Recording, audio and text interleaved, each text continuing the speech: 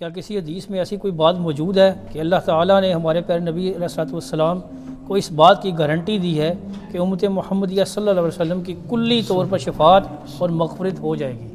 ہاں جی، ہو جائے گی اگر شرک نہ کیا ہوا۔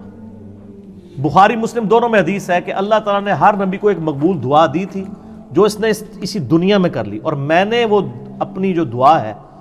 وہ اپنی امت کے لیے سنبھال کے رکھی ہے۔ میری دعا سے میرے ہر امتی کو نفع پہنچے گا سوائے جس نے اللہ تعالیٰ کے ساتھ کسی قسم کا شرک کیا ہوا۔ اور مشکات میں کتاب الدعا چیپٹر میں پہلی حدیث ہی یہی ہے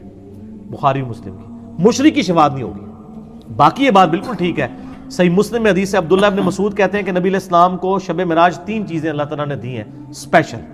نمبر 1 5 نمازیں، نمبر 2 سورۃ البقرہ کی آخری 2 آیات، آمن الرسول بما انزل الیہ من ربہ والمؤمنون۔ یہ جبرائیل علیہ السلام کے ذریعے نازل نہیں ہوئی سر، یہ ڈائریکٹ نازل ہوئی ہیں شب معراج۔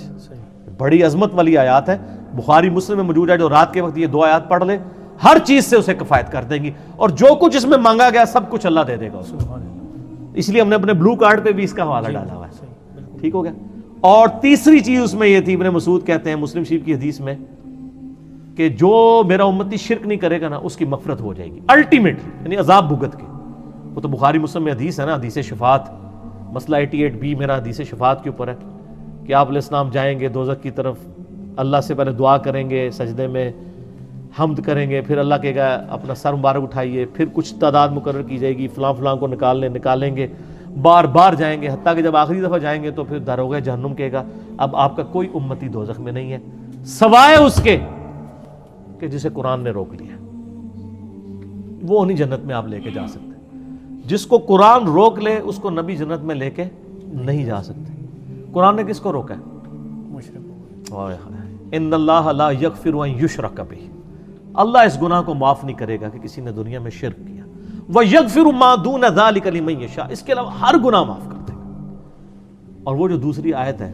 انہ من یشرک باللہ فقد حرم اللہ علیہ الجنہ ومأواہ النار وما للظالمین من انصار، بے شک جو کوئی اللہ کے ساتھ شرک کرے گا اللہ نے اس پہ جنت حرام کر دی، اس کا ٹھکانہ دوزخ ہے جس میں ہمیشہ ہمیشہ رہے گا۔ اچھا، اس میں ایک بڑی رکت انگیز حدیث ہے، مجھے یاد آ گئی ضمناً، صحیح مسلم میں حدیث ہے کہ نبی علیہ السلام ایک دفعہ غم کے عالم میں بیٹھے ہوئے تھے، آپ نے سورہ ابراہیم کی آیات تلاوت کی، جن آیات میں آتا ہے نا کہ ابراہیم علیہ السلام کہتے ہیں کہ اے اللہ جو بندے ایمان لیں میری اتباع کریں وہ میرے ہیں، یعنی انہوں نے اپنی پیروی نہ کرنے والوں سے اعلان برات کر دیا۔ پھر نبی علیہ السلام نے وہ آیت تلاوت کی سورۃ المائدہ کی، جس میں حضرت عیسیٰ علیہ السلام کے دن کہیں گے اے اللہ یہ تیرے بندے ہیں جنہوں نے شرک کیا، میرے سے کوئی تعلق نہیں، اب تیری مرضی ان کو تو جہنم میں ڈال گیا، معاف کر۔ تو نبی علیہ السلام نے کہا یا اللہ ابراہیم نے بھی جان چھڑا لی اپنے امتیوں سے، عیسیٰ نے بھی چھڑا لی، لیکن میں کہتا ہوں میری امت میری امت میری امت، رونا شروع کر دیا۔ اتنے میں حضرت جبرائیل علیہ السلام آ گئے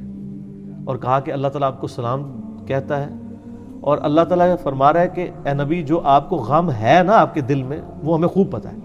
ہم آپ کو آپ کی امت کے معاملے میں رسوا نہیں کریں گے۔ یعنی یہ نبی علیہ السلام کو اللہ تعالیٰ نے مقام شفاعت دے دی ہے۔ بخاری مسلم میں حدیث ہے نا کہ 5 ایسی خصوصیات ہیں جو مجھ سے پہلے کسی نبی کو نہیں دی گئی ہیں، ان میں سے ایک ہے کہ اللہ نے میرے لیے شفاعت حلال کر دی ہے، یعنی میری دعا کے اوپر شفاعت کا دروازہ قیامت دن کھلے گا۔ تو نبی علیہ السلام کی شفاعت کی برکت سے انشاءاللہ تعالیٰ لوگ جنت میں جائیں گے، اس میں کوئی شک نہیں ہے انشاءاللہ، لیکن وہ شرک نہ کرتے ہوں۔ اور قرآن پاک میں بھی ہے نا کہ وَلَسَوْفَ يُعْطِيكَ رَبُّكَ فَتَرْضَىٰ، اے محبوب عنقریب آپ کا رب آپ کو اتنا دے گا کہ آپ اپنے رب سے راضی ہو جائیں گے۔ وہ یہی دینا ہے نا شفاعت، سر شفاعت بھی تو بیٹھے میں ہم، بالکل ٹھیک ہے نا جی، اللہ کی رحمت شفاعت دونوں چیزیں۔ بخاری مسلم میں حدیث ہے کوئی بھی شخص اللہ کی رحمت کے بغیر جنت میں نہیں جائے گا۔ ایک صحابی نے جرأت کر کے پوچھا یا رسول اللہ آپ بھی؟ میں بھی، جب تک میرے رب کی رحمت مجھے ڈھانپ نہ لے میں بھی جنت میں نہیں جا سکتا۔ یہ عاجزی کا آپ لیول دیکھیں، بخشے بخشائے شخص کہہ رہا ہے وہ اللہ تعالیٰ سے اپنے آپ کو علیحدہ نہیں کر رہا۔ یہاں تو ذرا سا کوئی اللہ والا ڈکلیئر ہوتا ہے نا، انہوں کہتے ہیں جناب اللہ کیے جانے سے اللہ نہ ملے گا، اللہ والے ہیں جو اللہ سے ملا دیتے ہیں، اللہ والے ہوتے ہیں جو کہتے ہیں یہ ساڑھے نال کچھ بھی نہیں ہونا، سب کچھ اللہ ہی ہے۔ وہ مجھے پیر نصیر الدین صاحب نے کتاب لکھی ہے نا،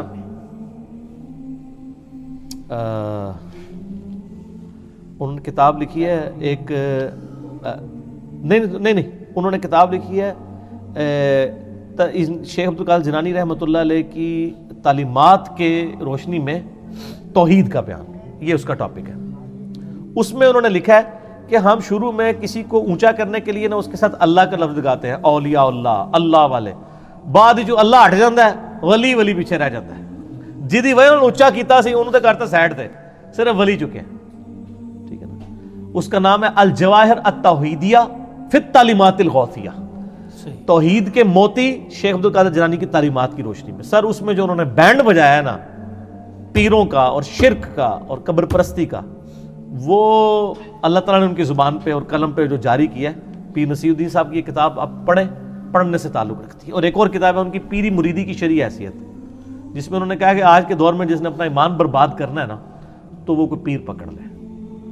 اگر انہیں مسلمان والی زندگی گزارنی ہے تو بھائی سیدھے سیدھے رہو۔ اور وہ ان کا جو کوئی مرید بھی ہوتا تھا نا اس کو کہتا ہے بھائی اللہ سے مانگنا ہے، میں کچھ نہیں کر سکتا۔ میرا یوٹیوب پہ ایک کلپ بھی ہے پیر نصیر الدین صاحب کی بیعت، آگے سوالیہ نشان نہیں، وہ بیعت اس طرح کی کرواتے تھے، ٹھیک ہے، اسی لیے وہ کہتے تھے آخری وقت جو وہابی ہو گئے سر، وہابی نہیں سر ہوئے ہو، کتابی ہو گئے سر، علمی کتاب، ہاں علمی کتابی ہو گئے۔